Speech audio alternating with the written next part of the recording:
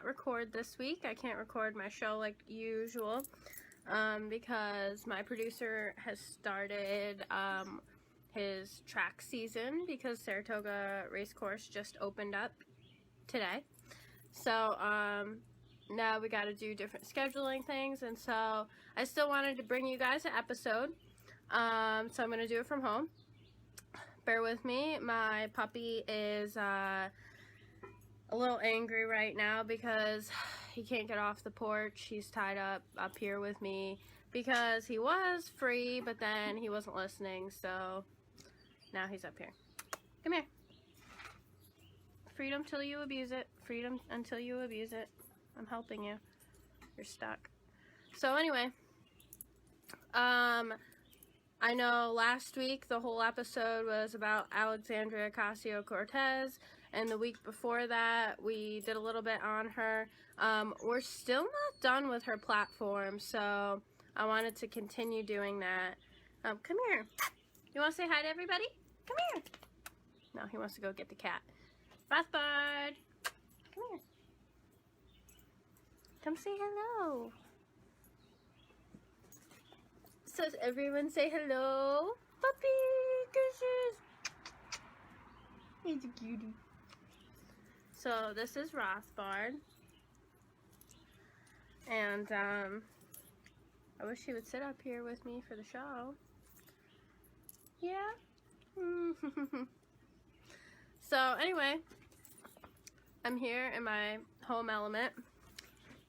And hopefully we can get through this. So, let's see, we got through all that stuff. I would like to say that I love all of the recent, what is it called? Brain fart. Action, I guess you could say, on the Facebook page. It's really awesome to see people coming in, new people. What is the matter? Come here. You know, everybody loves you, but we can't have an hour of talking to Rothbard. If you come here, I'll give you belly rubs. Promise. So anyway. Yeah, so I appreciate all the action, and I did put out a post the other day that said I want to support you guys as much as you guys support me, and that I appreciate every single one of you. So if you have a small business, you wrote a book, you put out music, like you're an artist or something, and you really just, I don't know, you have something that you do that I could support in any way that I feel I can, send it to me, share it with me. I will check it out. Someone sent me their blog the other day and I checked it out, gave them some feedback, shared it. What is the matter? Come here. You're so sad. Puppers are sad. Come here. I got you a squirrel. Rawr. Rawr. Get it. Get that squirrel. Yeah, get that squirrel. He's so sad right now. I won't let him run and chase the cat. Anyway. So yeah. You support me. I want to support you. That's how this all works. That's how free market stuff works. So anyway. Alexandria Ocasio-Cortez, we gotta get this done. We're gonna get this done tonight. Definitely. Okay, we went through guns, abolishing ICE, Puerto Rico. We talked about Puerto Rico. Alright, here's one for you. Also, I just want to say that you're all tangled up, sweetie. I also just want to say I'm spending so much time on this because I do think... Oh, there we go. Sorry. My internet's really bad up here because I live in, hang on. I live in the absolute middle of nowhere. It's beautiful, but there's only one internet service up here, and it's shit. So anyway, you're getting all tangled up. You're getting all tangled up. Hang on. You're getting all tangled up. You can't do that.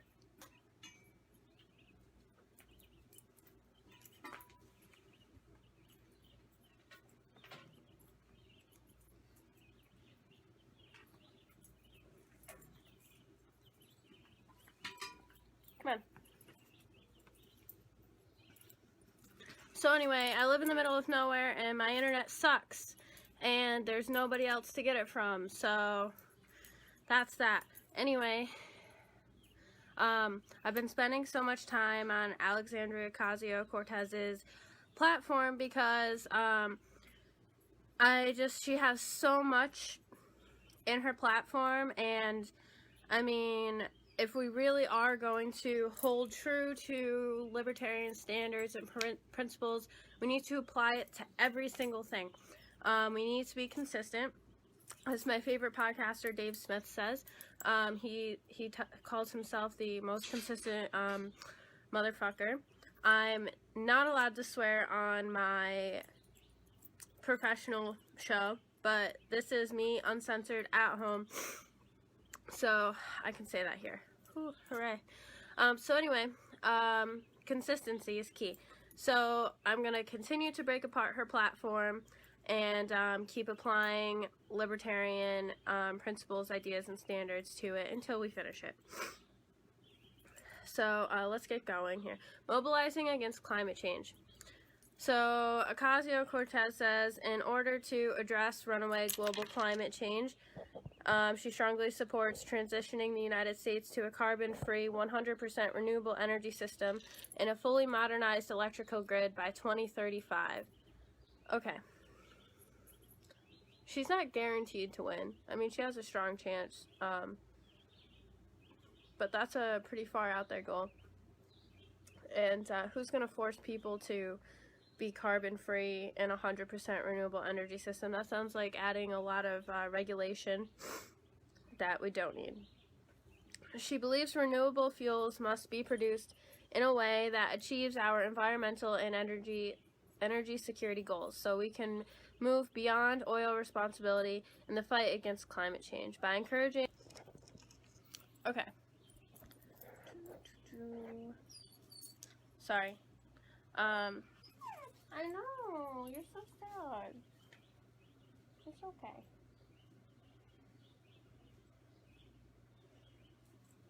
Okay. So, she believes renewable fuels must be produced in a way that achieves our environmental and energy... Oh, I just read that, sorry. So we can move... Oh, I read that one too. Furthermore, Alex believes in recognizing the relationship between economic stability and environmental sustainability. It's time to shift course and implement a Green New Deal. Okay, so if we go back to the New Deal and that era, I mean, yes, she does say that she's a democratic socialist, so me saying that this sounds like a socialist idea makes complete sense, right? Because she's a democratic socialist, duh. But anyway... you can't force people to be energy, minded, or what's the word for it? You can't make them be efficient and be carbon free and use renewable energy systems. You just can't force people to do that. And no matter how hard you try, there's still going to be people that, use carbon and non-renewable energy systems. It's going to be a waste of time, a waste of money, waste of bureaucracy, and yeah. So she says, a transformation that implements structural changes. Come relax with me. Say hello. Hello. So you got in a fight with a big dog and I got a scar on my eyeball. Yes, I did. So, Where is she? A transformation that implements structural changes into our political and financial systems in order to alter the trajectory of our environment. Right now, the economy is controlled by big corporations whose profits are dependent on the continuation of climate change. This arrangement benefits few, but comes at the detriment of our planet and its inhabitants, on all of its inhabitants. Okay, so relax. So, what was I gonna say here? Oh, if this, like I said with the Puerto Rico thing, if this is really a cause that you care about, why don't you start up a volunteer group? She's so good at getting money that's not tied to corrupt corporations and corrupt politicians, but she uses that to fund her own campaign. She doesn't use it to go do something about these things that she cares about. Sit. Thank you. Say hello, look, you're on the TV.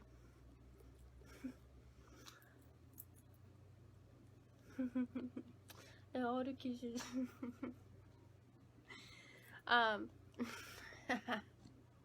So, here, lay down. Nope, don't jump down. I know, you can't chase the kitty.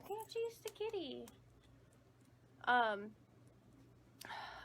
really sorry. This is hard to do this at home. What does she say? Climate change is the single best national security threat for the United States and the single biggest threat to worldwide industrial civilization. That's a lie. The government is the single biggest threat to national security and worldwide industrialized civilization. Our state, our government, is the one that would end up killing us all because they get into too many wars. So there goes our national security. And they mess around with the market way too much. There goes our industrialized civilization. Moving on. Clean campaign finance. I don't know how true it is that her campaign finance has been so clean. I haven't really looked into that yet. But if it is what she's saying it is, good for her. We need more people like that.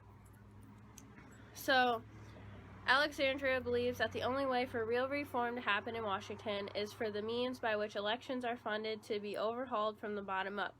In 2010, as a result of a disastrous Supreme Court decision, Citizens United versus FEC, 5 out of the 9 justices gave the wealthiest person in this country the opportunity to purchase the U.S. government. The White House, the U.S. Senate, the U.S. House, governors' seats, state legislators, and state judicial branches with accountable dark money. The first pledge Alexandria made to voters in this election was to commit herself to clean up campaign finance. As a candidate, Alexandria recognizes the corrupting influence of corporate fundraising on a legislative policy. Okay, so I do agree that there is crony capitalism, but that's because government gets involved in the markets. They get involved with corporations, and that's what happens when you let the government get too big. But if she's trying to use this, I mean, okay, good. If you're trying to use this to support getting crony capitalism out of campaigning, great. But if you're trying to use this to fight capitalism and fight free markets, that's not good. Okay. Higher education and trade school for all, Rothbard, for all. Roughly every 100 years, the United States expands its public education system to match its increasingly advanced economy. It's now time to expand our national education system to include tuition-free public college and trade school. What? Tuition-free public college and trade school. Okay, so this is interesting because I've been reading a compulsory education. Okay, so that reconnecting stuff is probably going to happen a lot, and I apologize, but I can't do anything about it, so live with it. Okay, I've been reading something about compulsory education and the public education system by Murray Rothbard. Is it Murray or Murray? I like to say Murray. It sounds more sophisticated. Murray Rothbard. So anyway, it's really interesting about how they used public school and made it they like forced it on people, it was compulsory, and how it's to make people more not unified, less individualistic. What? No. You can't have the cat. Sit. Is that a car? Is there a car? Sit, please. Sit. Don't make me get the treats.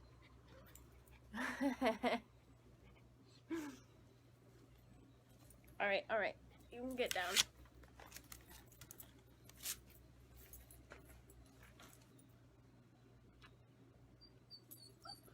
So anyway,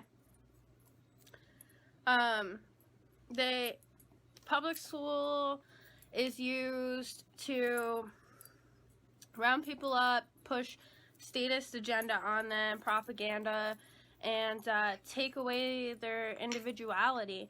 And Rothbard wrote some really great pieces. I'm going to do a whole episode on this little book he has. Well, more like a journal, because it's short. It's like 60 pages. But I'll do a whole book review on it, and just really take out some really good excerpts that I liked. But he talks about how making people all the same really puts a disadvantage on society. We're not advancing, we're moving backwards. And so this tuition-free public college and trade school is going to make it so everybody can go. And I'm sorry, but not everybody's college material. There's a reason why it was for, I mean, I'm not trying to sound rude or stuck up, but there's a reason why college is for elite people, either whether financially or intellectually. It's not made for everybody. Some people are meant to work with their hands, and yeah, she does say trade school too. We do need more tradespeople, but you know, tuition free, you gotta pay these teachers. These teachers are, oh no, I'm so sorry.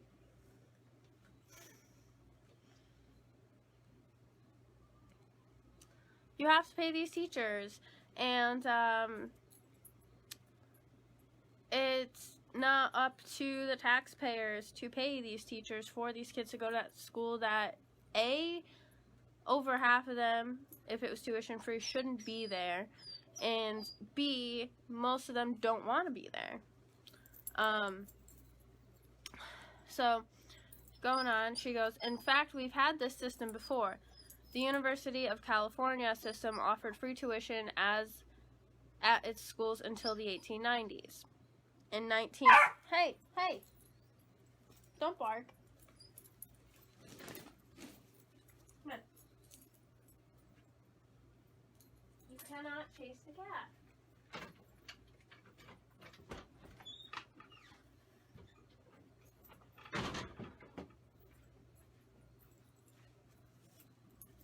Cannot chase the cat. So anyway, she says in 1965, average tuition at a four-year public university was just $243, and many of the best colleges, including the City University of New York, did not charge any tuition at all.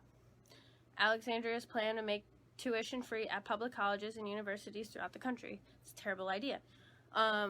We just went over why that's a terrible idea. She goes, a policy of debt cancellation could boost real GDP by an average of $86 billion to $108 billion per year over the 10-year forecast. How? How is canceling the debt that our federal government has let out for kids to go to school going to bring any money in? It brings $0 in. How is that going to boost the money?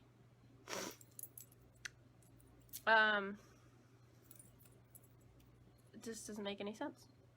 Okay, women's rights. Alexandria believes that women's rights are human rights, and that all women deserve equal access to workplace safety, equal pay, paid paternal leave, full access to healthcare, and more. She wants to create a society in which women, which includes black women, native women, poor women, immigrant women, disabled women, Muslim women, lesbian, queer, and trans women, are free and able to care for and nurture their families in safe and healthy environments, free from structural impediments. You can see how she won the vote here. She's saying these nice things, and they sound good to the ear, but okay, let's try to figure out what she really means here. Reproductive freedom is especially essential for all individuals of marginalized genders, including cisgender women and trans people. Alexandria does not accept any federal, state, or local rollbacks, cuts, or restrictions on the ability of individuals to access quality reproductive health care services, birth control, HIV/AIDS care and prevention, or medically accurate sexuality education. This means open access to safe, legal, affordable abortion, birth control, and family planning services, as well as access to adequate, affordable pre- and postnatal care for all people, regardless of income, location, or education. Wait, I'm just a little confused. She says she does not accept any federal, state, or local rollbacks, cuts, or restrictions. Oh, okay, sorry. I confused myself reading it. So she wants us all to pay for these people's health care regarding reproductive freedom. Yes, I mean, we do have the freedom to reproduce and stuff, but I mean, you have to pay for your health care. I'm sorry, I'm not paying for it. I have to pay for my own health care. I'm not paying for your abortion, your affordable abortion. I'm not paying for your birth control and your family planning services, or your... I'm also not paying for your medically accurate sexuality education. Not doing it. I pay for my own birth control. I pay for my own services of whatever. I had a kid, I pay for my own prenatal care and postnatal care. You can find charities and organizations and NGOs that help with these things. And, yeah, so she goes, Alexandria is a firm believer in equal pay for all genders. The pay and hiring discrimination that women, particularly mothers, women of color, indigenous women, lesbian, queer, and trans women, still face each day in our nation, as well as discrimination against workers with disabilities. It's atrocious and must end. Equal pay for equal work will provide families with upward mobility and boost the economy. No. Having to equally pay people, I mean, I myself, if I had a business, wouldn't discriminate against a man or a woman or lesbian or queer or a woman of color, indigenous woman, because I'm a moral person, because I wouldn't do that. But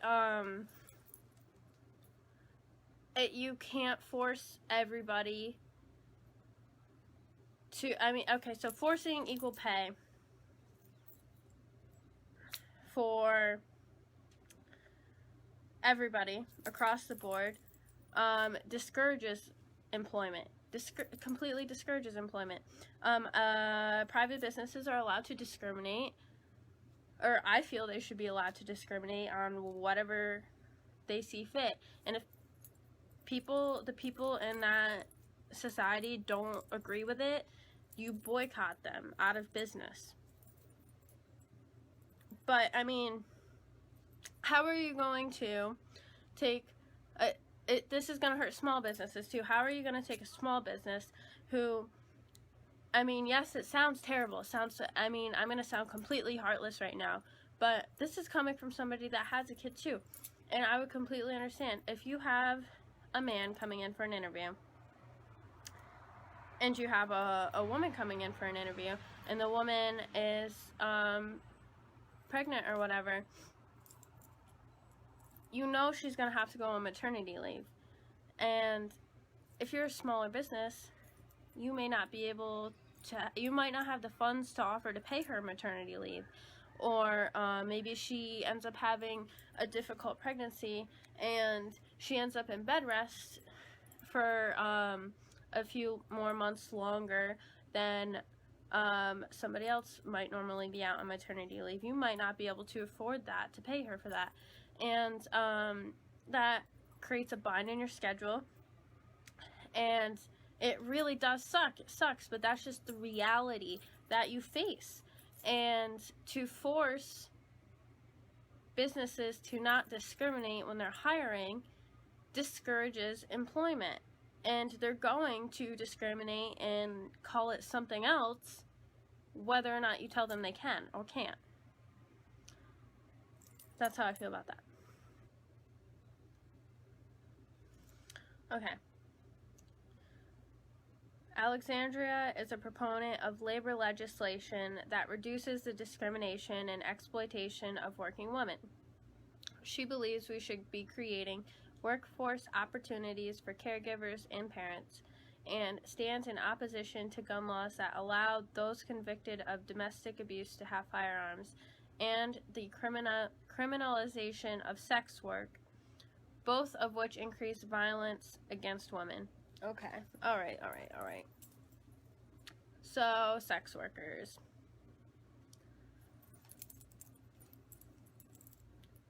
Criminalizing it is going to put non-violent people into jail.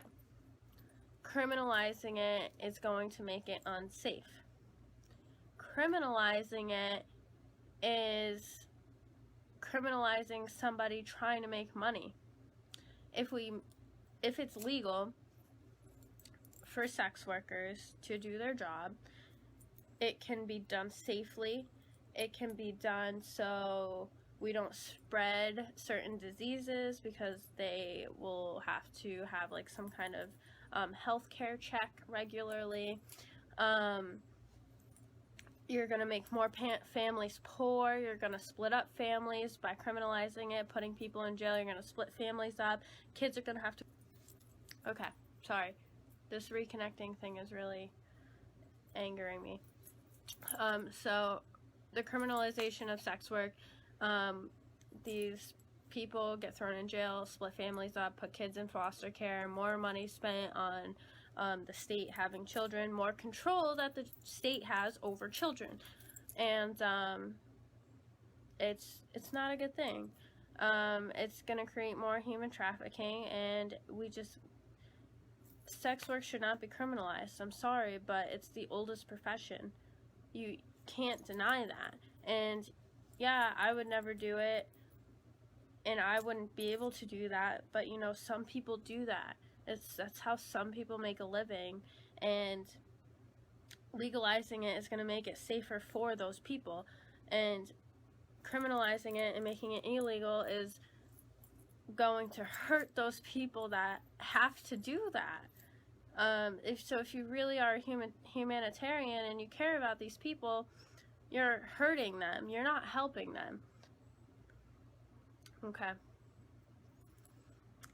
Support the LGBTQIA+. It's gotten so long. I remember when it was LGBTQ.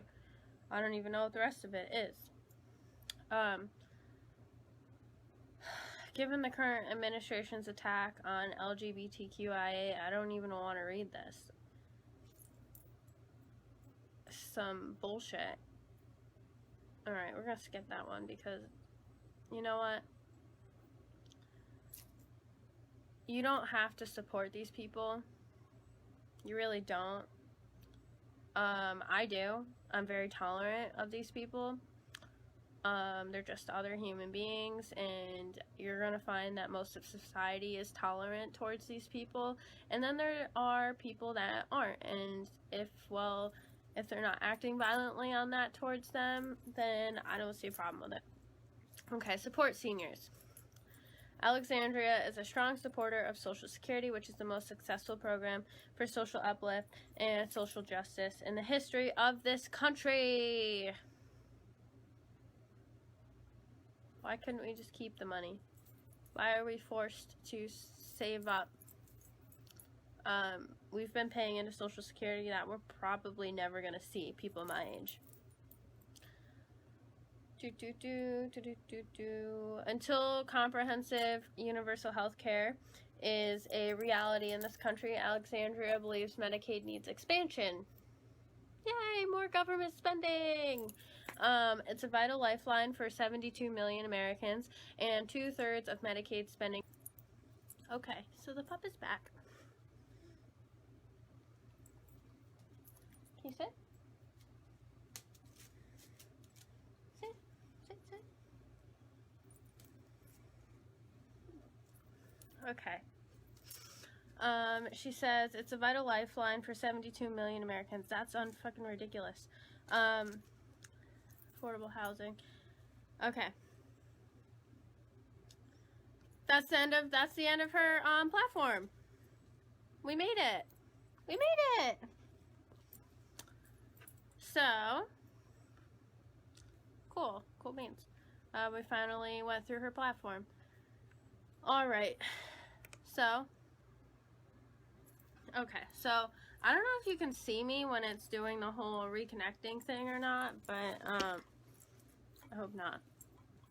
Anyway, so I've been working on petitioning for Larry Sharpe, and got some signatures today.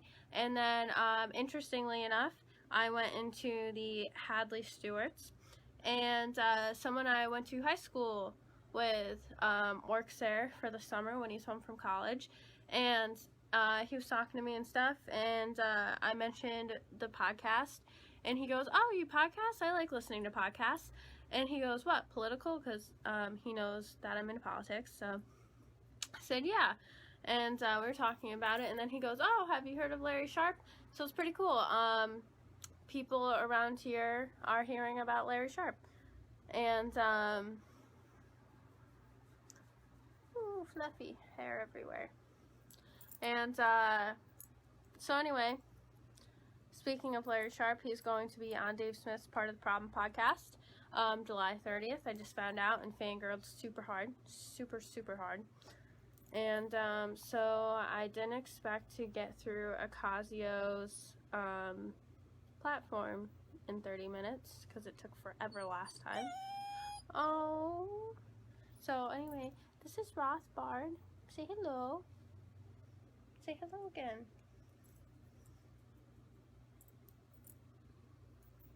Let's see. So, I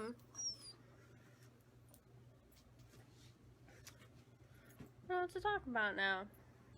What do we talk about? What do we talk about? I know I had a listener ask me for an answer on a question the other day, and I can't, remember what it was. Oh, so anyway, I was talking about supporting your supporters, and so let's go into detail a little bit about that. So the way I see it, when you start something up, you get this little base of supporters. Now, these supporters are really what help you get going. You end up finding some really strong people that support you really well, and they kind of keep the fire burning until you can get a little bigger, do a little bit more. They become your foundation. When you're building a house, you have to lay out your foundation first, and without a strong foundation, you can't build your house. So you gotta get those beginning supporters, and I have great beginning supporters, and I absolutely love you guys. And so you have to support those supporters. You have to, I mean, they're helping you, you gotta help them. And as, like, I feel like being a libertarian, it's just something that we should do as libertarians. Like, it seems something morally right to do, that people that help you out and support you, you should help and support them back in any way that you can. And I mean, without that strong base, you can't build anything else bigger on it. like, I really count on you guys. And that's why I ask you guys to invite people to the page, share things, be involved, interact, and you guys do a great job of that, and I really appreciate it. And so I really want to support you guys too, as much as I can, as much as me and Rothbard can. So there was something else that I had for you. I will be putting out a show recorded from the studio Tuesday at 7 p.m. New York time, Eastern Standard Time. Sometimes I can never remember if it's Atlantic or Eastern Standard because we're on the East Coast, so we're by the Atlantic Ocean, so I feel like it should be Atlantic, but I think that's wrong. I am really smart, but there's a few things that I don't remember. Stop. Don't show and share. Had it, and I lost it. Had it, and I lost it. Supporting your supporters. Yep.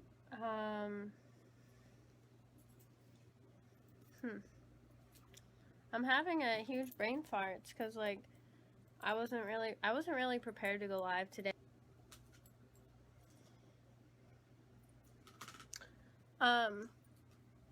So I don't know if you can hear me when it, like, does reconnecting or not either, but I hope not, because I sit here going, reconnecting.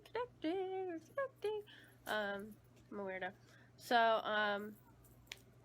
like I said, I wasn't planning on going live today. I couldn't get in the studio to do a show, so I wanted to get you guys some content. We got through the platform. We did supporting. Really not good at this improv thing. We can look at my dog. There might be a tractor coming up the road. Rothbard.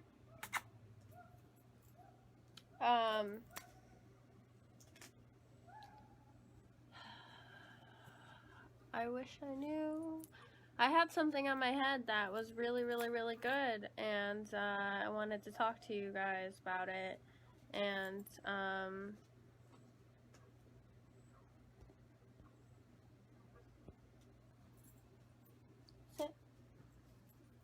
okay, so let's talk about national debt. Let's talk about national debt. We all know debt's not good. You don't want to rack up debt. You definitely don't want to rack up debt that you can't pay off. Makes you a slave to that debt. National debt makes us a slave to the government.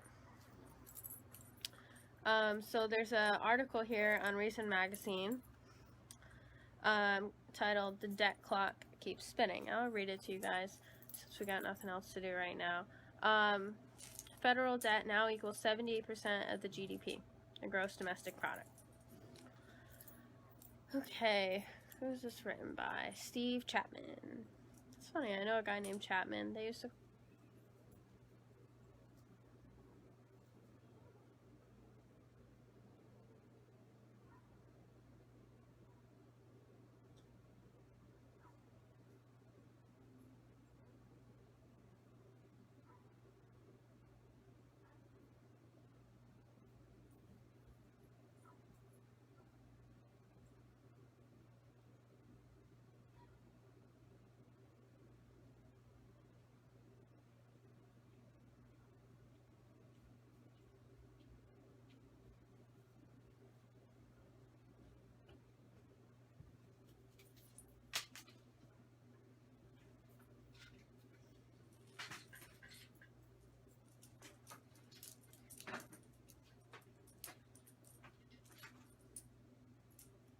Okay.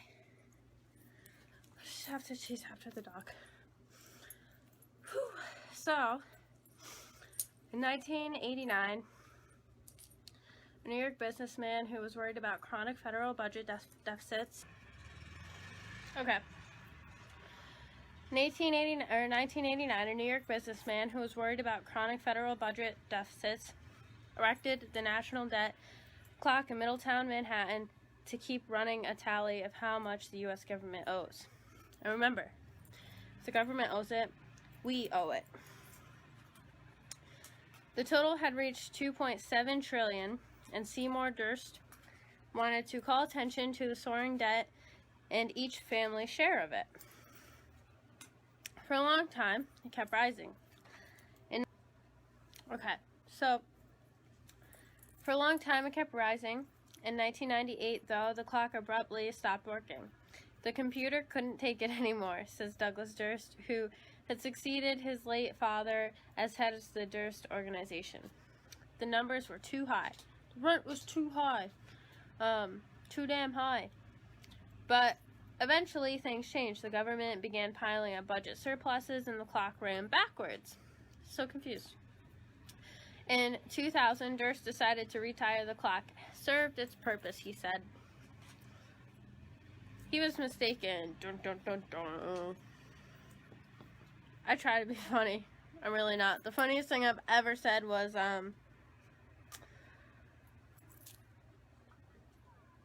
something about libertarians and beards. I don't remember.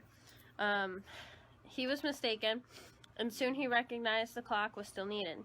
In 2002, with red ink again rising, the clock was switched back on, showing 6.1 trillion. Okay, so let's look. 1998. In 1998, the debt was 2.7 trillion, and then by 2002, 4 years later, it was 6.1 trillion. Now imagine if you were just acquiring this debt and expected everyone around you to pay it. Okay. In 2008, though, when the debt blew past the 10 trillion mark, it no longer had enough space to display it. An upgrade was done so the clock could keep up as the debt rose above 19 trillion in 2016 and above 21 trillion this year. 21 trillion. The extra space will not go to waste. In June, the Congressional Budget Office used a grim forecast. Federal debt now equals 78% of the GDP, the highest since we had just started fighting World War II. The CBO says that under current policies, it can be expected to approach 100% of GDP by the end of the next decade and 152% by 2048. The amount would be the highest in the nation's history by far. The Trump administration pretends that its policies will unleash such rapid economic growth that the Treasury will get a flood of new revenue. Larry Kudlow, director of the National Economic Council, I'm sorry if I butcher names, but I really don't care, bragged the other day that the deficit is coming down, and it's coming down rapidly. That's a lie. That's a straight lie. Later, he amended his false claim, saying that he probably should have said future deficits, but that would also have been false. The CBO projects that the deficit will balloon from $804 billion this year to $1.3 trillion in 2022. What's wrong with running up more debt every year? Well, it puts upward pressure on interest rates. It requires growing sums to service the debt. It pushes obligations off to future generations, and eventually it runs the risk that the loans won't be repaid. Eventually, you become Puerto Rico. Fiscal experts saw this all coming. Trump and Republican Congress cooperated to cut taxes last year, but they've shown no stomach to cut spending. With growing population of retirees, Social Security and Medicare outlays are on a steep upward trajectory.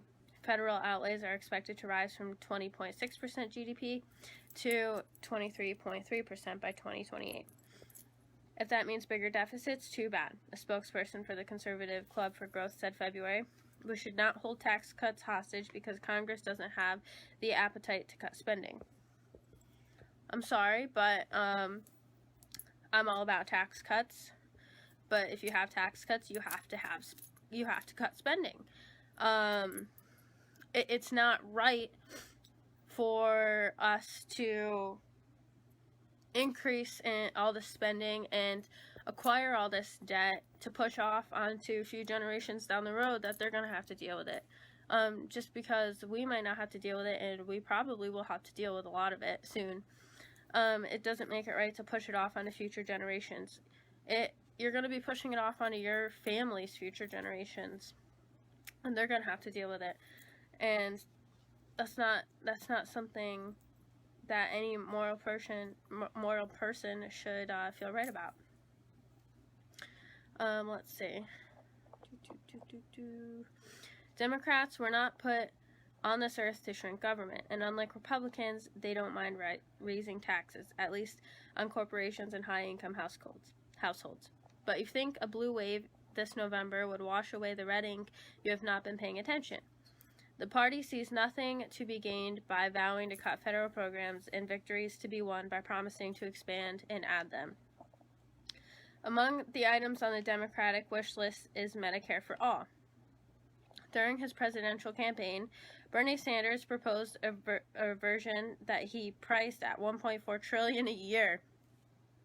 Trillions every year just for Medicaid.